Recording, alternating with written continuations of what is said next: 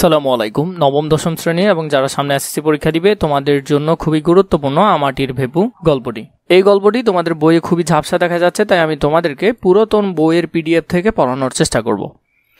গল্পটা তো একই, শুধু এখানে কবি পরিচিতি যেটা আছে সেটা কিছুটা চেঞ্জ করেছে, তাও আমি তোমাদেরকে সেটা নতুন বই থেকে পড়িয়ে দিচ্ছি। গল্পটার যেসব বিষয়বস্তুগুলো তোমাদের ভালোভাবে জানতে হবে সেটা আমি এখান থেকে দেখিয়ে দিব। পাশাপাশি বলে দিব যেসব বিষয়গুলো থেকে এমসিকিউ প্রশ্ন আসবে, যেসব বিষয়গুলো থেকে তোমাদের ক প্রশ্ন আসবে, যেসব বিষয়গুলো থেকে তোমাদের খ প্রশ্ন আসবে, সেগুলো আমি তোমাদেরকে সুন্দর করে দেখিয়ে দিব। তোমরা আমার আগের ভিডিওগুলো অনেক দেখেছো ইনশাআল্লাহ, এবারও তার ব্যতিক্রম হবে না, তোমাদেরকে সবগুলো বিস্তারিতভাবে দিব।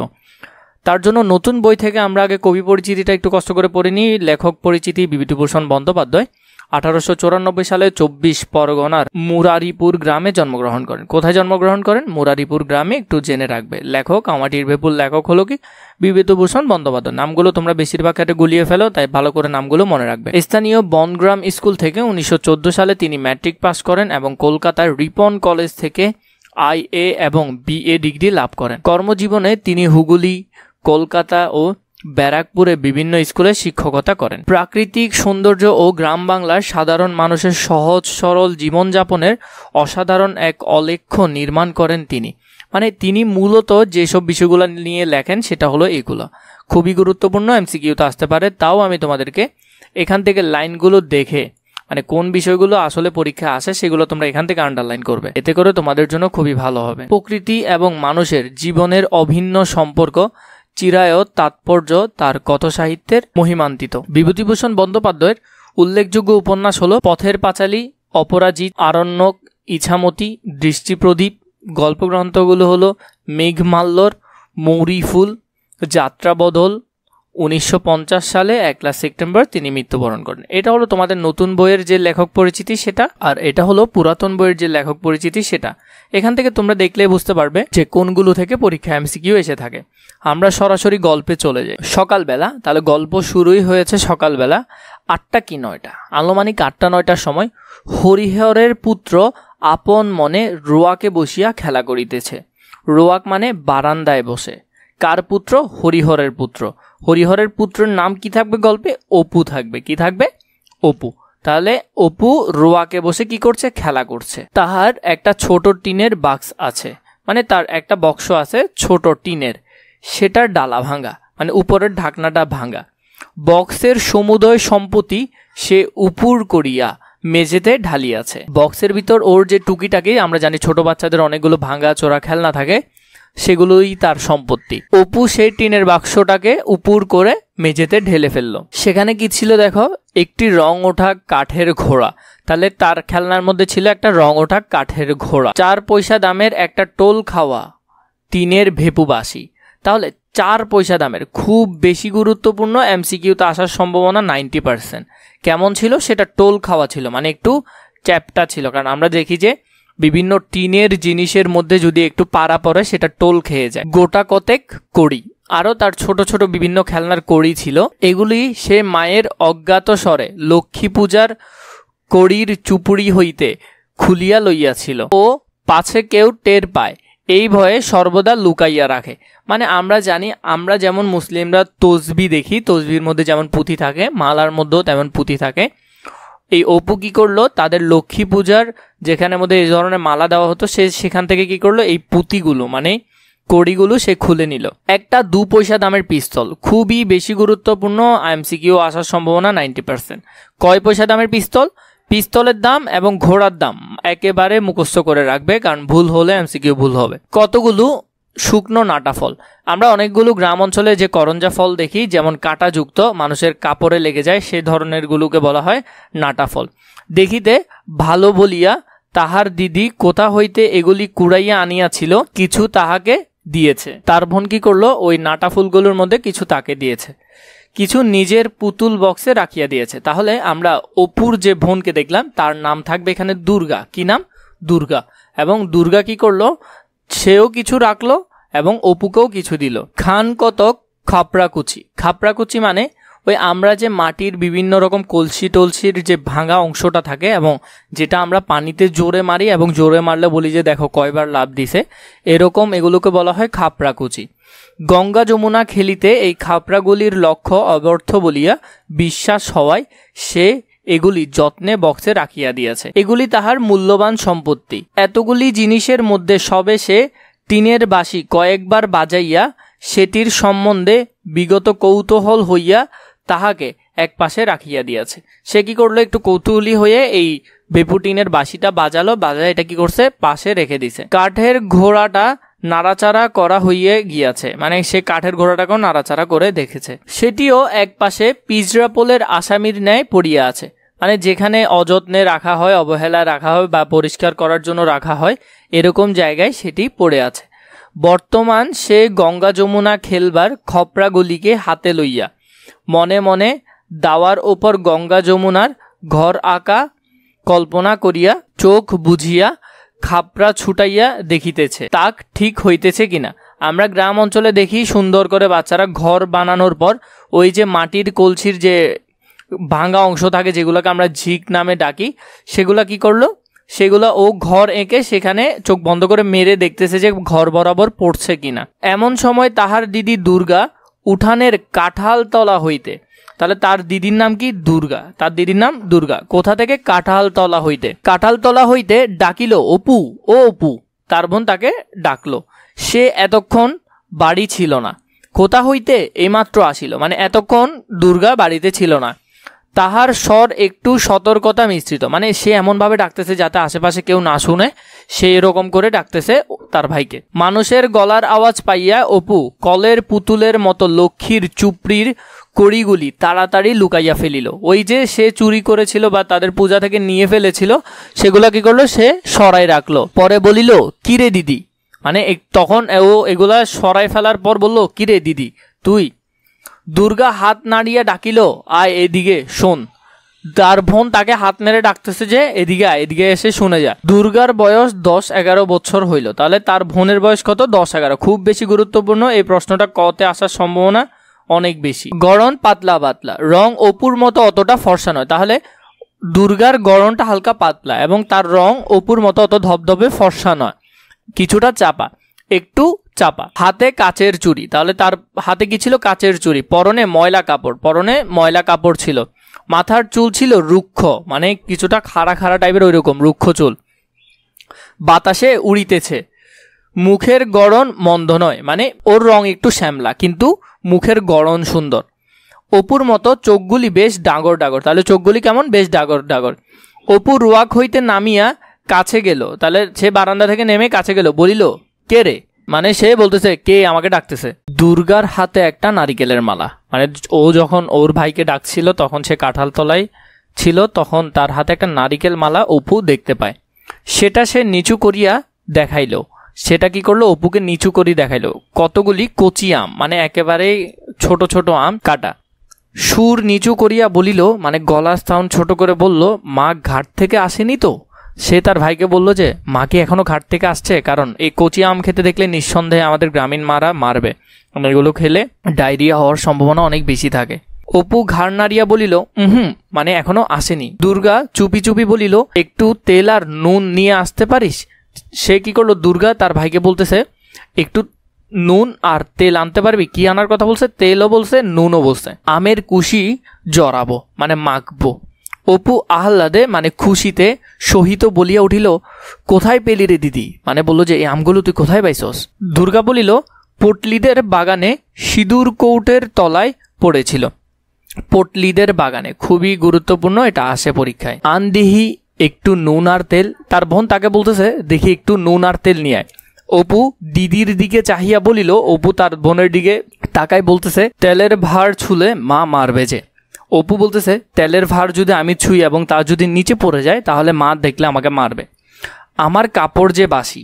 এখন দুর্গা বলতেছে ওর কাপড় বাসি। হিন্দু সমাজে আমরা একটা বিষয় দেখি যে তাদের কাপড় যদি বাসি হয় তাহলে রসাইঘর, মানে রান্নাঘরে ওদের যাওয়া নিষেধ। তুই জানা শিগগিরি করে। অপুকে বলতেছে তুই জানা শিগগিরি করে, মার আসতে এখনো ঢের দেরি, খার কাচতে গেছে, শিগগিরি যা।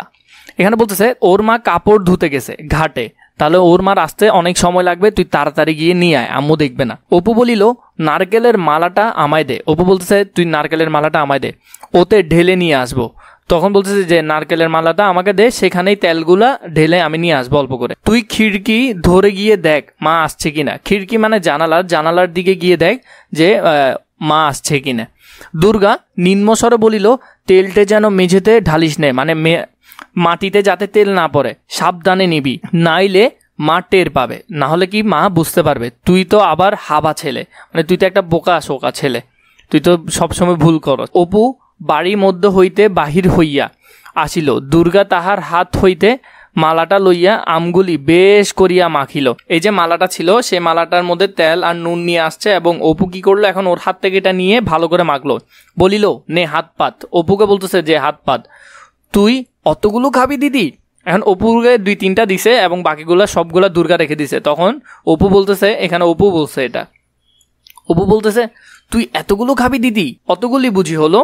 এই তো ভারী বেশি, যা আচ্ছা নে আর 2খানা। এখন বলতেছে আচ্ছা ঠিক আছে নে আরো 2টা নে। বাহ দেখতে বেশ হয়েছে রে, একটা লঙ্কা আনতে পারিস? মানে একটা মরিচ আনার কথা বলছে, লঙ্কা আনতে পারিস? আরেকখানা দেবো তাহলে। ওকে লোভ দিচ্ছে যে তুই যদি আমাকে লঙ্কা এনে দেস তাহলে আমি তোরে আরেকটা দিব। লঙ্কা কি করে পাবো দিদি? মা যে তক্তার উপর রেখে দেয়। মানে ও বলতেছে লঙ্কা গুঁড়োর কথা বলছে, মানে মরিচ গুঁড়োর কথা, যে সেটা কিভাবে আনবো, মা যে অনেক উপরে রাখছে, আমি যে নাগাল পাইনে। মানে ও বলতেছে আমি তো নাগাল পাবো না, কারণ মা তক্তার উপর রাখছে। তবে থাকগে যাক, আবার ও বেলা আনবো। এখন পটলিদের ডোবার ধারের আম গাছটায় গুটি যা ধরেছে, মানে কুশি, আমের কুশি, গুটি মানে আমের কুশি ধরেছে, দুপুরের রোদে তলায় ঝরে পড়ে, মানে দুপুরের রোদের সময় সেগুলো নিচে ঝরে পড়বে। দুর্গাদের বাড়ির চারদিকেই জঙ্গল। এখন দুর্গাদের কথা বলছে, দুর্গাদের বাড়ির আশেপাশে সব দিকে জঙ্গল। হরিহর রায়ের জ্ঞাতি ভ্রাতা, মানে জ্ঞাতি ভ্রাতা মানে হলো যে চাচাতো ভাই বোঝায়, বা একই বংশের 2 ছেলেকে বোঝায় এখানে। তাহলে হরিহর রায়ের জ্ঞাতি ভ্রাতা মানে চাচাতো ভাই নীলমণি রায়ের সম্প্রতি গত বছর মারা গেছে। তাহলে তার জ্ঞাতি ভ্রাতা সম্প্রতি নীলমণি রায় গত বছর মারা গিয়েছেন। তাহার স্ত্রী পুত্র কন্যা লইয়া নিজ পিত্রালয়ে বাস করিতেছেন। তো এখন কি করে, তার বউ কি করছে, তার নিজের বাড়িতে চলে গেছে এবং সেখানেই সে বাস করতেছে।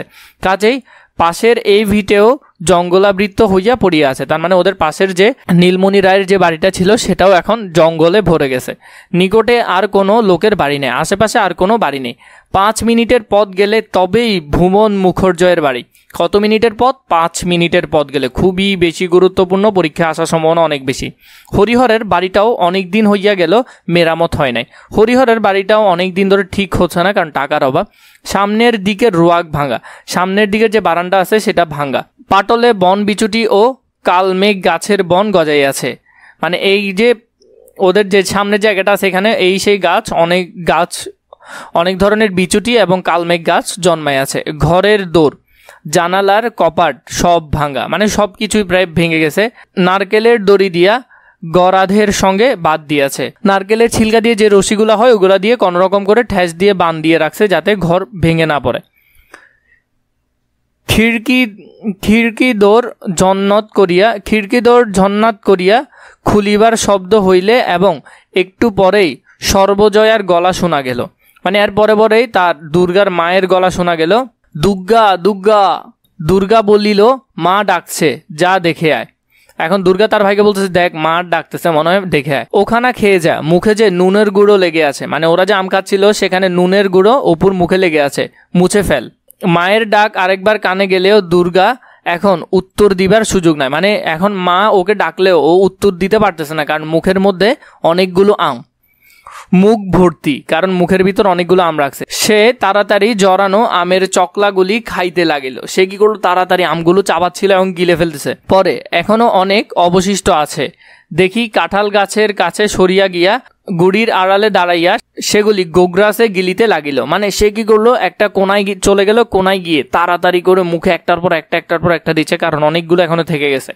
অপু তাহার পাশে দাঁড়াইয়া নিজের অংশ প্রাণপণে গিলিতেছে। মানে অপুকে যে কয়েকটা দিছে সেগুলা অপুও তাড়াতাড়ি গিলার চেষ্টা করতেছে, কারণ চিবাইয়া খাওয়ার আর সময় নাই। মানে এখন দিয়ে আস্তে আস্তে করে খাবে এবং মানে চিবে খাবে, ওই রকম আর সময় নাই, এখন তাড়াতাড়ি গিলতেছে। খাইতে খাইতে দিদির দিকে চাহিয়া সে দোষ সম্বন্ধে সচেতনমূলক হাসি হাসিল। ভেরেন্ডুকচার বেড়া পার করিয়া নীলমণি রায়ের ভিটার দিকে জঙ্গলের মধ্যে ছুটাইয়া দিল। মানে সে কি করলো, মালাটাকে অনেক জোরে করে মেলা মারলো যাতে দূরে পড়ে। ভাইয়ের দিকে চাহিয়া বলিল, মুখটা মুছে ফেল না বাদর, নুন লেগে রয়েছে যে। মানে সে তার ভাইকে বলতেছে, তোর মুখে নুন লেগে আছে, মা দেখলে কি বলবে, তাড়াতাড়ি মুখটা মুছে ফেল। পরবর্তী পর্ব যদি প্রয়োজন হয় আমাকে কমেন্ট করে জানাবে, ইনশাল্লাহ পরবর্তী পর্ব তোমাদের সাথে ধারাবাহিকভাবে আলোচনা করব। পরে দুর্গা নিরীহ মুখে বাড়ির মধ্যে ঢুকিয়া বলিল, কি মা? তার মা যে তাকে ডাকছিল বা দূর থেকে যে ডাকছিল তাকে আর তার ভাইকে, তখন দুর্গা তার নিরীহ মুখ মানে একটু নিচু করে মুখ রেখে সে তার মাকে বলল, কি মা, কেন ডাকছিলে? এরকম করে জিজ্ঞেস করছিল। কোথায় বেরোনো হয়েছিল শুনি?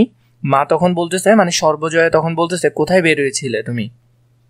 একলা নিজে কত দিকে যাব? মানে তিনি একলা কত কাজ করবেন, তুমিও তো চাইলে আমার সাথে কিছু করতে পারো। সকাল থেকে খাড় কেচে গাগতর ব্যথা হয়ে গেল। আমরা দেখেছি সর্বজয়া সকালের দিকে মানে ঘাটে গিয়েছিল, পুকুর ঘাটে কাপড় কাচার জন্য। তো বলছে খাড় কেছে মানে কাপড় কেছে ওনার গাগতর ব্যথা হয়ে গেল। একটুখানি কুটো গাছটা ভেঙে দুখানা করা নেই। মানে এখানে এই জিনিসটা কিন্তু তোমাদের বুঝতে কষ্ট হবে, তাই আমি তোমাদেরকে সুন্দর করে বুঝাচ্ছি, একটু ধৈর্য সহকারে দেখো। কুটো গাছ, কুটো গাছ মানে হলো ছোট গাছ টাইপের বা ঘাস টাইপের বোঝাচ্ছে। তো আমরা দেখি কুটো গাছটা মানে এখানে কুটো গাছকে ব্যবহার করা হয়েছে অল্প কিছু কাজ করে আর করা নেই। মানে তুমি অল্প কয়েকটা কাজ না করতেই তুমি কোথায় গায়েব হয়ে যাও, আমার সাথে কোনো কাজই করো না তুমি, এই অর্থে এটা এখানে বোঝানো হয়েছে। তোমরা আবার গাছ ভাঙার কোনো কিছু বুঝে নিও না। কুটো গাছ মানে ছোটখাটো গাছকে বোঝাচ্ছে, যে মানে একটুখানি কাজকে বোঝাচ্ছে। এক কথায় ছোট গাছ বলতে এখানে অল্প স্বল্প কাজকে বোঝাচ্ছে, যে কাজগুলো করে সে তার আর দেখা পাওয়া যায় না। কার? দুর্গার। মানে সে চলে যায়। কেবল পাড়ায় পাড়ায় টোটো টোকলা সেদে বেড়ানো, মানে ওকে বলতেছে শুধু পাড়ায় পাড়ায় তুমি বান্দারামি করে বেড়াও। মানে গ্রামীণ মেয়ে ছেলেদের যেমন অবস্থা হয় আর কি, আমরাও দেখেছি ছোটবেলায়, আমরা নিজেরাও করেছি অনেক। তো মারা তখন অনেক বেশি খুঁজতো। টোটো টোকলা সেদে বেড়াচ্ছেন, সে বাদর কোথায়? এরপরে বলছে যে অপু কোথায়? তুমি তো এখানে আসলে কিন্তু অপুকে দেখছি না কেন? মানে ঘর তোমরা যে গ্রামের যে ছেলে মেয়েগুলো আছে তারা যে বিভিন্ন দিকে ঘুরে বেড়ায় সে কথা এখানে বোঝাচ্ছে। অপু আসিয়া বলিল, মা খিদে পেয়েছে। অপু বলল যে আম্মু আমার মানে খিদা লাগছে, আমার কিছু খেতে দাও। রোসো রোসো একটুখানি দাঁড়াও বাপু, মানে বলছে একটু সবুর করো বাপু, মানে আমি আর কত কাজ করব, আমি পারছি না, একটুখানি হাফ জিরোতে দাও, মানে আমাকে একটু নিঃশ্বাস নিতে দাও। তোমাদের রাত দিন খিদে আর রাত দিন ফয় ফরমাস, মানে তোমরা রাত দিন শুধু আমাকে খাওয়ার কথা বলো আর তোমাদের এক একজনের সাথে ঝামেলা করো, সেগুলো আমাকে এসে এসে বলতে হয় এবং মানুষকে বোঝাতে হয়। ওহ দুর্গা, দেখ তো বাছুরটা হাঁক পারছে কেন? এখানে হাঁক পারছে মানে গরুর ডাককে এখানে বোঝাচ্ছে, যে গরুটা কেন, মানে গরুর যে বাছুরটা আছে ছোট বাচ্চাটা কেন হাঁক ডাকছে, মানে চিল্লাচ্ছে কেন। খানিকটা পরে সর্বজয়া রান্নাঘরের দাওয়ায় বটি পাতিয়া শশা কাটিতে বসিল। দেখো একটু মানে কিছুক্ষণ পরে সর্বজয়া তাদের মা অপু এবং দুর্গার মা বটি নিয়ে এবং একটা কি নিয়ে পাতিয়া, বটি পাতিয়া মানে বটি নিয়ে বসছে কি কাটতে? শশা কাটতে। আমরা কিন্তু মমতাদি গল্পের মধ্যে দেখছিলাম লেখকের মা কি কাটতেছিল? ফুলকপি, কিন্তু এখানে সর্বজয়া কি কাটতেছিল? শশা। এটা কিন্তু খুবই গুরুত্বপূর্ণ। অপু কাছে বসিয়া পড়িয়া বলিল, মানে অপু তার মায়ের কাছে গিয়ে বসলো, বসে বলল, আর একটু আটা বের করো না মা, মুখে বড্ড লাগে।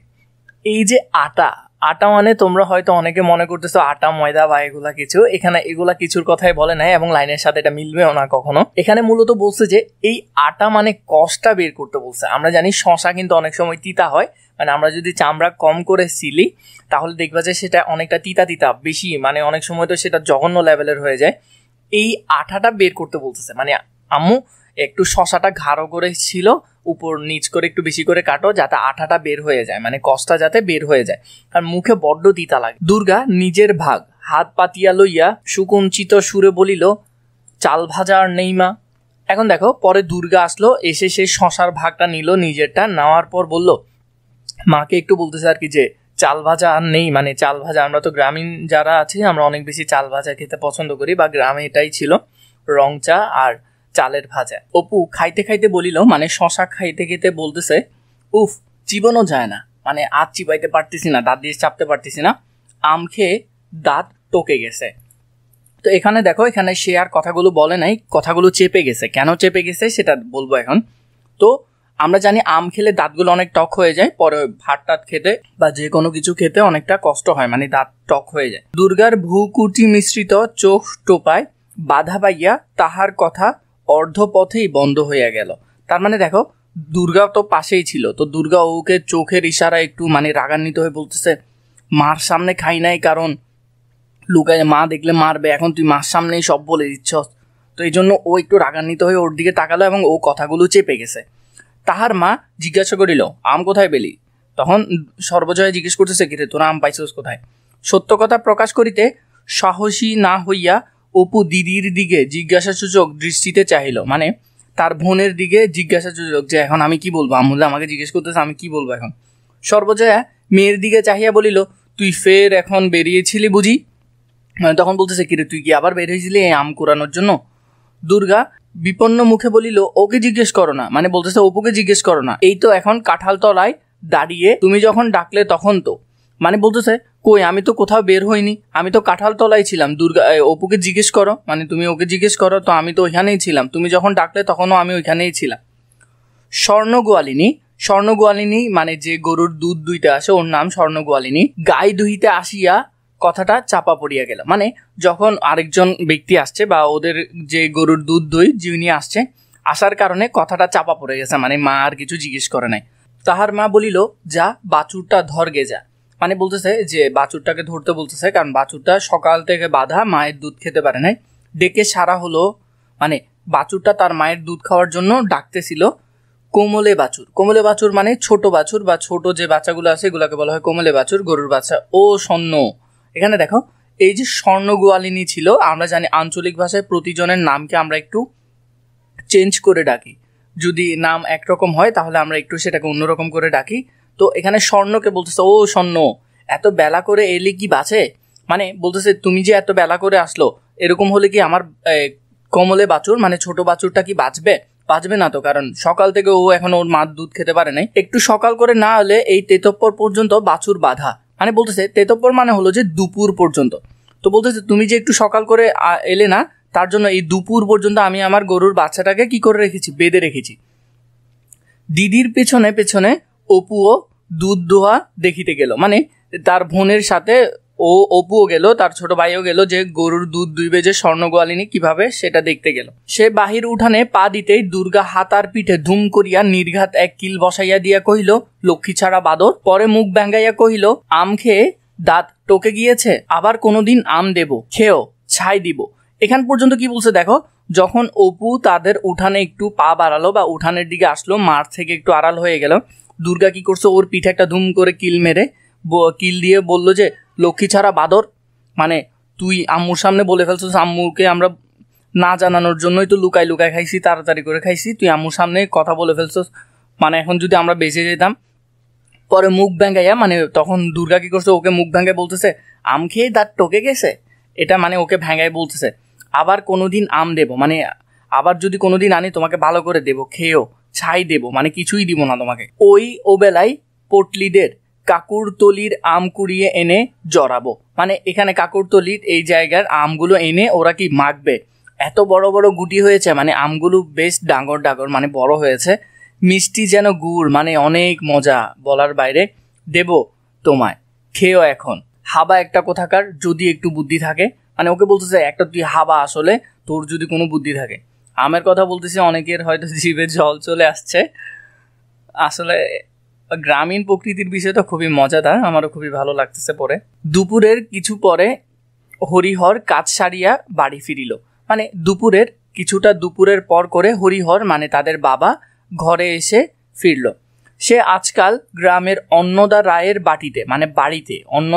বাড়িতে গোমস্তার মানে হলো যে হিসাব রক্ষক, বা আমরা জানি কর আদায়কারী বলে, হিসাব রক্ষকের কাজ করে। জিজ্ঞাসা করিল, অপুকে দেখছি না। আমরা দেখি আমাদের যে বাবারা মারা আছে, বিশেষ করে বাবারা ঘরে এলেই জিজ্ঞেস করে, মানে আমার ছেলে মেয়েগুলো কোথায়, এটা জিজ্ঞেস করে। তো তাই তিনি এসেই জিজ্ঞেস করলেন যে অপু কোথায়, অপুকে দেখছি না। সর্বজয়া বলিল, অপু তো ঘরে ঘুমোচ্ছে। মানে আমরা একটা জিনিস গ্রামীণ বিষয় খেয়াল করি, যে মারা ছেলেদেরকে একটু বেশি ভালোবাসে, একটু না অনেক বেশি ভালোবাসে, এবং বাবারা তাদের মেয়েদেরকে অনেকটা ভালোবাসে। তো এখন এই মা কি করলো, তার ছেলেকে বাঁচাই দেওয়ার জন্য বললো যে ও তো ঘরে ঘুমোচ্ছে। তখন বাবা জিজ্ঞেস করলো দুর্গা বুঝি, মানে দুর্গা কি বাইরে গেছে? তাহলে সে সেই খেয়ে বেরিয়েছে, সে বাড়ি থাকে কখন? মানে এখন মা কি করতেছে, মেয়েকে, সাধারণত আমরা দেখি যে মারা মেয়েদেরকে মানে একটু কাজ করাতে পছন্দ করে, ছেলেদেরকে তেমন করায় না বললেই চলে। তো এখন বলতেছে যে ও তো কখন বের হয়ে গেছে, মানে বাবার কাছে একটু ওর নামে নালিশ করছে আর কি। দুটো খাওয়ার সঙ্গে যা সম্পর্ক, আবার সেই খিদে পেলে তবে আসবে, কোথায় কার বাগানে কার আমতলায় জামতলায় ঘুরছে।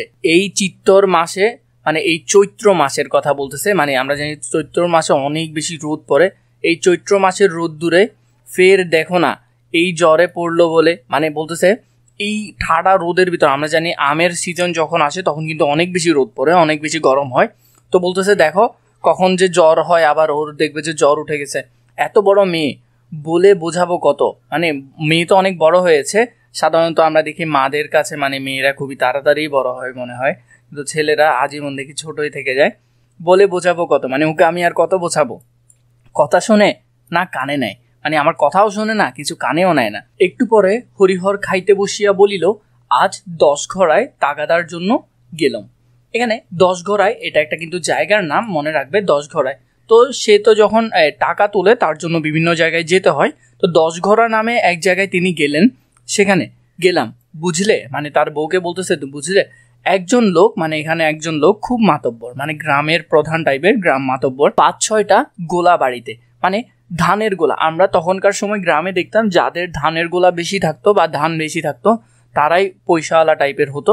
তো বলতেছে 5-6টা, মনে রাখবে খুবই গুরুত্বপূর্ণ তোমাদের জন্য, 5-6টা গোলা বাড়িতে, বেশ পয়সাওয়ালা, মানে অনেক টাকাওয়ালা। আমায় দেখে দণ্ডবোধ করে বললেন, মানে আমায় দেখে তিনি প্রণাম করে বললেন, আমাকে প্রণাম করলেন এবং বললেন, দাদা ঠাকুর, মানে এই যে সর্বজয়ের স্বামী ছিল তাকে বলতেছে, যে হরিহরকে বলতেছে, দাদা ঠাকুর আমায় চিনতে পারছেন, মানে আপনি কি আমাকে চিনছেন?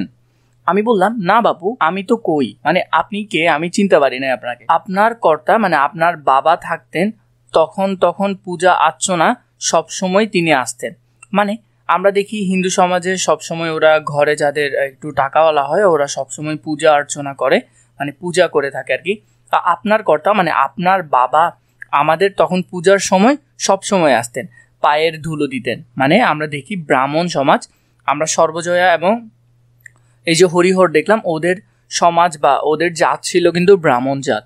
তো আমরা দেখি হিন্দু সমাজে ব্রাহ্মণ জাত অনেক উঁচু জাত এবং তাদের পায়ের ধুলোই অন্যান্য জাত যারা নিচু জাত ছিল তারা নিতেন। আপনারা আমাদের গুরুতুল্য লোক, মানে আপনারা হলেন আমাদের গুরুতুল্য, মানে গুরুর মতো। এবার আমার বাড়ি শুদ্ধ মন্তর নেব ভাবছি, মানে তো এখন ওই লোকটা বলছে যে মানে আমাদের পুরো বাড়ির জন্য মন্ত্র নিব, মানে একজন ব্রাহ্মণ থেকে আমরা কি নিব, মন্ত্র নেব। তাই তিনি বলছেন, তা আপনি যদি আজ্ঞে করেন, মানে আপনি যদি আমাকে আদেশ দেন তবে ভরসা করে বলি, মানে আপনি যদি আমাকে আদেশ করেন তাহলে আমি আপনাকে একটা কথা বলতে চাচ্ছি, আপনি কেন মন্ত্রটা দেন না? তো বলতেছে, আপনার জাত তো ব্রাহ্মণ, আপনিও তো একজন ব্রাহ্মণ, তো আপনি আমাকে কেন মন্ত্র দেন না? তা আমি তাদের বলেছি আজ আর কোনো কথা বলবো না, মানে আজকে আর আমি কিছু বলবো না, ঘুরে এসে 2-1 দিনে, বুঝলে, মানে 2-1 দিন বাড়ি থেকে ঘুরে আসি, এরপরে তোমাকে আমি এটা নিয়ে বলবো। সর্বজয়া ডালের বাটি হাতে দাঁড়াইয়া ছিল, মানে সর্বজয়া তার স্বামীকে যে খাবার দিচ্ছে তাই ডালের বাটি হাতে নিয়ে দাঁড়াইছিল এবং বাটি মেঝেতে নামাইয়া সামনে বসিয়া পড়িল, মানে স্বামীর সামনে বসে পড়লো, ডালের বাটিটা নামায় বলিল, হ্যাঁ গো তা মন্দ কি? বলতেছে, হ্যাঁ গো তাহলে সেটা মন্দ কি, তুমি তো দিতে পারো, তুমি তো ব্রাহ্মণ, দাও না ওদের মন্তর, মানে ওদের মন্তর দাও, তাহলে আমরা কিছু টাকা পয়সা পাবো, এটা আমাদের ফ্যামিলিটা একটু ভালো চলবে, এমনি অভাব অনটন। কি জাত? তখন জিজ্ঞেস করতেছে ওদের জাতটা কি? ওদের জাত ছিল কৃষক। আমরা দেখি ছোট যে জাতগুলো কৃষক হয়, ওরা গরুর দুধ দোয়াই চলে, এরকম জাতগুলো হলো যে ছোট জাত। হরিহর সুর নামাইয়া বলিল, মানে তার গলার সুর নিচু করিয়া বলিল, বলো না কাউকে সদ্গোপ, মানে কাউকে তুমি বলিও না, ওদের জাত হলো সদ্গোপ, মানে যারা গরুর দুধ দোহায় অথবা কৃষি কাজ করে চলে, নিচু জাত বোঝাচ্ছে আর কি। তোমার তো আবার গল্প করে বেড়ানো স্বভাব। তো আমরা দেখি সাধারণত বউদের বা ঘরের যে মেয়েরা আছে ওদের স্বভাব হলো যে কি একজনের থেকে আরেকজনের কথা এটা বলা ওইটা বলা, সারাদিন শুধু এগুলো মেয়েদের স্বভাব আর কি। তো তাই তার বউকে বলছে, তোমার তো আবার গল্প করে বেড়ানো স্বভাব, তো তুমি তো এগুলো বলে দিলে মানে সমাজ আমাকে নিচু করে দেখবে। আমি আবার কাকে বলতে যাব, মানে মেয়েদের একটা কমন ডায়লগ বলা যায় যে আমি তো কাউকে বলবো না, আমাকে বলতে পারো। কিন্তু বলার পর দেখা যায় যে এটা পুরো এলাকা হয়ে গেছে। তা হোক গে সদ্গোপ দাও গিয়ে দিয়ে, মানে তাদেরকে দাও, সদ্গোপ হলেও সদ্গোপ, নিচু জাত হলে নিচু দাও, দিয়ে আসো। এই কষ্ট যাচ্ছে, ওই রায়বাড়ির 8 টাকা ভরসা। তো হরিহর যে চাকরিটা করে সেখানে সে 8 টাকা মাইনে পায়, কিন্তু তাও 2-3 মাস অন্তর তবে দেয়, মানে 2-3 মাস পের হলে এরপরে দেয়, টাকাটা ঘোরায় আর কি। আর এদিকে রাজ্যের দেনা, মানে এদিকে আমাদের অনেক দেনা, তো তুমি যদি ওদেরকে কিছু মন্তর দাও তাহলে তার বিনিময়ে কিছু টাকা পাবে, আমরা একটু আরামসে চলতে পারবো। কাল ঘাটের পথে সেজ ঠাকুরুন বললেন, মানে এখানে যখন তিনি ঘাটে গেলেন তখন সেখানে ঠাকুরুন বললেন, বৌমা আমি বন্ধক ছাড়া টাকা ধার দেইনি। মানে বলতেছে আমি কিন্তু যারা আমার কাছে কোনো কিছু টাকা চায় বা যারা টাকা চায় তার বিনিময় তাদের কোনো কিছু আমাদের কাছে রাখতে হয়, তবে তুমি অনেক করে বললে দিলাম, মানে তো তুমি আমাকে অনেক করে বলেছো তাই আমি তোমাকে টাকা ধার দিয়েছি কিছু বন্ধক ছাড়াই। আজ 5 মাস হয়ে গেল। কত মাস হয়ে গেল? 5 মাস। তো 5 মাসে এখনো টাকাটা ফেরত দিতে পারে নাই। টাকা আর রাখতে পারবো না, মানে টাকাটা তুমি আমাকে দিয়ে দাও, তুমি টাকাটা রাখতে পারবে না, মানে আমাকে দিয়ে দিতে বলছে। এইদিকে রাধা বোষ্টমের বউ তো ছিঁড়ে খাচ্ছে, তো রাধা বোষ্টমের বউও ওদেরকে কিছু টাকা ধার দিয়েছে এবং ছিঁড়ে খাচ্ছে, মানে ছিঁড়ে খাচ্ছে বলে গা হাত পা ছিঁড়ে খাওয়াটা না, মানে বারবার টাকাটা খুঁজতেছে আর কি। দুবেলা তাগাদা আরম্ভ করেছে, মানে দিনে 2 বার করে হলেও বলবে, এরকম এক অবস্থা। ছেলেটার কাপড় নেই, মানে অপুর কাপড় নেই, 2-3 জায়গায় সেলাই, মানে কাপড়ের 2-3টা জায়গার মধ্যে সেলাই করা। বাছা আমার তাই পরে, মানে আদর করে মা বলছে, বাছা আমার তাই পরে হাসি মুখে নেচে নেচে বেড়ায়, মানে আমার ছেলেটা তাই নিয়ে হাসি মুখে আছে। আমার এমন হয়েছে যে ইচ্ছে করে একদিকে বেরিয়ে যায়, মানে এখন বলতেছে মানে আমার এমন ইচ্ছা করতেছে যে কোনো একদিকে বের হয়ে যায়, এই সংসার আর ভালো লাগছে না। আর আমি একটা কথা ওর বলেছিল বুঝলে, মানে এখন ও বলতেছে যে আমি ওকে একটা কথা বলেছি গায়ে তো বামুন নেই, মানে এখন বর্তমানে গায়ে তো বামুন নেই, আপনি যদি এই গায়ে উঠে আসেন তবে জায়গা জমি দিয়ে বাস করাই, মানে বলতেছে আমাদের গ্রামে একটা ব্রাহ্মণ নেই, যদি আপনি আসেন তাহলে আপনাকে ঘর টর দিয়ে আমরা এখানে সুন্দর করে আস্তানা করে দিব। গায়ের 1 ঘর বামুন বাসা করানো আমাদের বড্ড ইচ্ছে, মানে আমরা চাচ্ছি যে আমাদের গ্রামে মানে একটা পরিবার থাকুক, ব্রাহ্মণ পরিবার, আমাদের খুবই ইচ্ছে এটা। তা কিছু ধানের জমি টমি দিতেও রাজি, পয়সার তো অভাব নেই। তো বলতেছে মানে আপনি যদি চান তাহলে আমরা আপনাকে জমি টমিও দিব এবং টাকার তো কোনো অভাব নেই। আজকাল চাষাদের ঘরে লক্ষ্মী ভাতা, তো লক্ষ্মী ভাতা বলতে তাদের সচল অবস্থা, মানে তাদের এখন বর্তমানে অভাব নেই। ভদ্র লোকেরই হয়ে পড়েছে হাবাত, মানে ভাতের অভাব, জোভাত, মানে বর্তমানে এই চাষাদের কোনো অভাব নেই।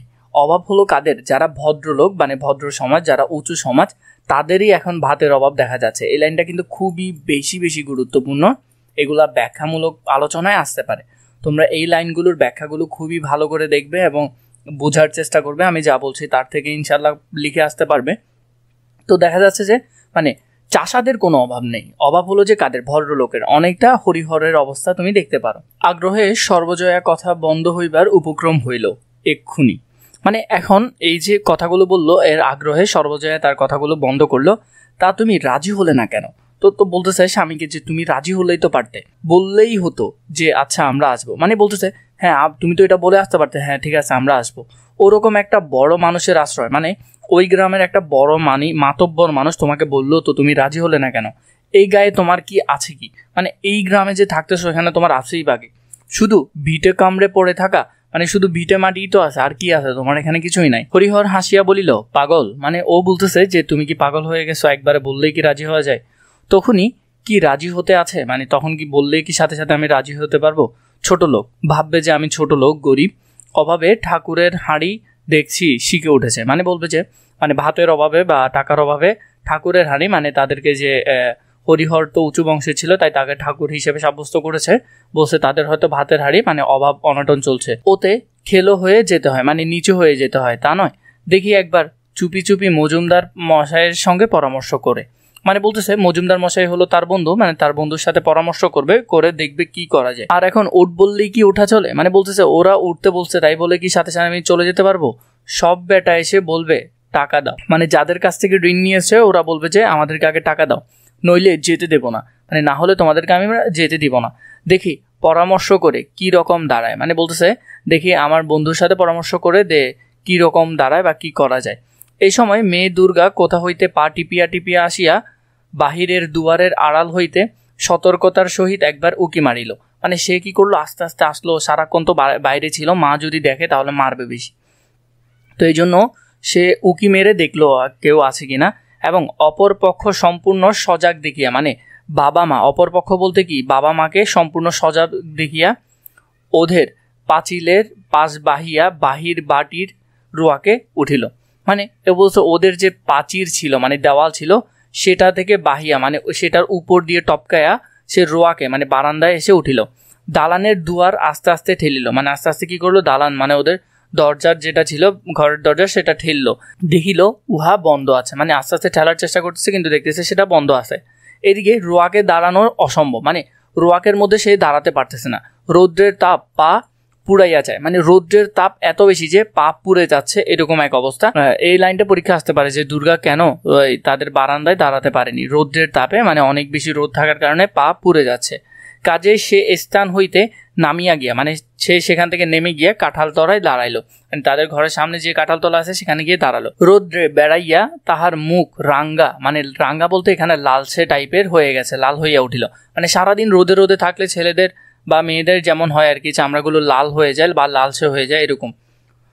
আঁচলের খুঁটে কি কতগুলো যত্ন করিয়া বাঁধা, মানে তার আঁচল, আমরা দেখি মেয়েদের যে আঁচল থাকে, উন্নার আঁচল থাকে, সেখানে ওরা বেঁধে রাখে, গ্রামীণ মেয়েরা কি কি কতগুলো বেঁধে রাখে। সে আসিয়াছিল এজন্যই যে যদি বাহিরের দুয়ার খোলা পায় এবং মা ঘুমাইয়া থাকে, মানে সে মোট কথা ঘরে আসছিল যে কেন, যে যদি ওর মাকে দেখে যে মানে ঘরের দরজা খোলা আছে এবং মা তার ঘুমাচ্ছে, তবে ঘরের মধ্যে চুপি চুপি ঢুকিয়া, মানে সে আস্তে আস্তে করে চুরি করে ঘরের মধ্যে ঢুকে একটুখানি শুইয়া লবে, মানে একটু রেস্ট করে নিবে, জিরায় নিবে। কিন্তু বাবার বিশেষত মার সামনে সম্মুখ দুয়ার দিয়া বাড়ি ঢুকিতে তাহার সাহস হইল না। কিন্তু মানে তার মার জন্য, বিশেষ করে মা বেশি মারবে যদি দেখে, তার জন্য সে সম্মুখ মানে সামনের দরজা দিয়ে, মানে তাদের সামনের দরজা দিয়ে সে ঘরে ঢুকতে পারল না। উঠানে নামিয়া সে কাঁঠালতলায় দাঁড়াইয়া কি করিবে ঠিক করিতে না পারিয়া নিরুৎসাহভাবে এদিক ওদিক চাহিতে লাগিল। মানে সে কাঁঠালতলায় বসে কি করবে বা এখন কোনটা করবে সেটা ভাইবে না পেয়ে সে এদিক সেদিক তাকাচ্ছে। পরে সেখানেই বসিয়া পড়িয়া আঁচলের খুঁট খুলিয়া, মানে পরে সে কাঁঠালতলায় বসে পড়লো এবং আঁচলের যে কি বাঁধা ছিল সেটার খুঁট খুললো। কতগুলি শুকনো রাডা ফলের বিচি, আমরা দেখি লাল কালার অনেকগুলো ফলের বিচি হয়, রাডা ফলের বিচি বাহির করিল, মানে অনেকগুলো রাডা ফলের বিচি বাহির করলো। খানিকক্ষণ চাহিয়া থাকিয়া সে আপন মনে সেগুলি গুনিতে আরম্ভ করিল, মানে সে কি করলো, এদিক সেদিক তাকায়, সেগুলো এবার গুনতে শুরু করলো, 1 2 এরকম করে 26টা হইল। এটা মনে রাখবে কতটা ছিল রাডা ফল, এখানে ছিল 1 2 করে সে 26টা পর্যন্ত গুনলো এবং 26টা তার কাছে ছিল। পরে সে 2 3টা করিয়া হাতের উল্টো পিঠে, মানে আমরা দেখি হাতের উল্টো পিঠে নিয়ে আবার উপরের দিকে ছুঁড়ে মেরে আবার হাত দিয়ে ধরার চেষ্টা করে, এটা একরকম গ্রামীণ খেলা ছিল। পিঠে বসাইয়া উঁচু করিয়া উড়াইয়া দিয়া পরে হাতের সোজা পিঠ পাতিয়া ধরিতে লাগিল, মানে খেলতেছিল আর কি, ও উল্টা পিঠে রেখে উপরে ছুটতেছিল, আবার বাপডা পিঠ করে সেটা ধরতেছিল। মনে মনে বলিতে লাগিল অপুকে এগুলি দিব, মানে মনে মনে বলতেছে এগুলোর কিছু অপুকে দিব, আর কতগুলি পুতুলের বাক্সে, মানে দুর্গার যে পুতুলের বাক্স ছিল সে বাক্সে সে রেখে দিবে। কেমন বিচিগুলি তেল চুকচুক করছে, মানে তেল চুকচুক মানে চকচক টাইপের করছে, বিচিগুলো খুবই নতুন তো, মানে কোনো আঁচড় না লাগার কারণে অনেক চকচক করছে, আজই গাছ থেকে পড়েছে, মানে বলতেছে হয়তো গাছ থেকে ওগুলো আজকে পড়ছে, ভাগ্যিস আগে গেলাম, মানে ভাগ্য ভালো যে আগে গেছি, নইলে সব গরুতে, এই গরুতে বানানটা মনে রাখবে, এটা কিন্তু বাংলা অভিধান অনুসারে এরকমই বানানটা, যদিও আমরা গরু বানান লিখি অন্যরকম, সব গরুতে খেয়ে ফেলে দিত, মানে বলতেছে না হলে আমি যদি আগে না যেতাম গরু সব খেয়ে ফেলতে দিত। ওদের রাঙ্গি গাইটা, মানে রঙিন যে গাইটা আছে আরেকজনের, ওদের যে গাইটা আছে এটা খুবই রাক্ষস টাইপের গাই, মানে সব খেয়ে ফেলে, একেবারে রাক্ষস, সব জায়গায় যাবে, মানে সব জায়গায় যায়। সেবার কতগুলো এনেছিলাম আর এইগুলি নিয়ে অনেকগুলো হলো, মানে গতবার আমি অনেকগুলো আনছি, এবার আরও কিছু আনলাম, মোটামুটি আমার অনেকগুলো হলো। সে খোলা বন্ধ করিয়া সমস্ত বিচি আবার সযত্নে আঁচলের খুঁটিতে রাখিল, মানে সে কি করলো, সেই বিচিগুলো আবার নিজের খুঁটিতে মানে কাপড়ের কোছায় রাখলো। পরে হঠাৎ কি ভাবিয়া রুক্ষ চুলগুলি বাতাসে উড়াইতে উড়াইতে মহা খুশির সহিত পুনরায় সোজা বাটির বাহির হইয়া গেল, মানে পরেতে সে তার চুলগুলো খুলে আবার গ্রামের মানে বিভিন্ন জায়গায় ঘুরে বেড়াতে লাগলো, কারণ ঘরে তো ঢুকতে পারবে না, যদি মা দেখে তাহলে মার। শব্দটিকার মধ্যে যেগুলো আছে এগুলো খুবই গুরুত্বপূর্ণ, এগুলো খুবই ভালো করে দেখবে। আর পাঠ পরিচিতির মধ্যে যেসব লাইনগুলো দাগিয়েছে আমি আন্ডারলাইন করার চেষ্টা করেছি সেগুলো কিন্তু খুবই গুরুত্বপূর্ণ। পথের পাঁচালী উপন্যাস থেকে নেওয়া হয়েছে এটা। অপু দুর্গার হতদরিদ্র পরিবারের শিশু এখানে খুবই সুন্দর করে ফুটে উঠেছে। তোমরা যদি নতুন বই থেকে দেখো তাহলে নতুন বইয়ের মধ্যে এভাবে দেওয়া আছে বিভূতিভূষণ বন্দ্যোপাধ্যায়ের পথের পাঁচালী উপন্যাসের অংশবিশেষ। এখানে দুই ভাই বোনের একটা সুন্দর বিষয় বা গ্রামীণ বিষয় আমরা এখানে সর্বজয়া পল্লী মায়ের শাশ্বত চরিত্র হয়ে উঠেছে, মানে একটা পল্লী গ্রামের খুবই সুন্দর একটা ভাব আমরা এখানে দেখতে পাই।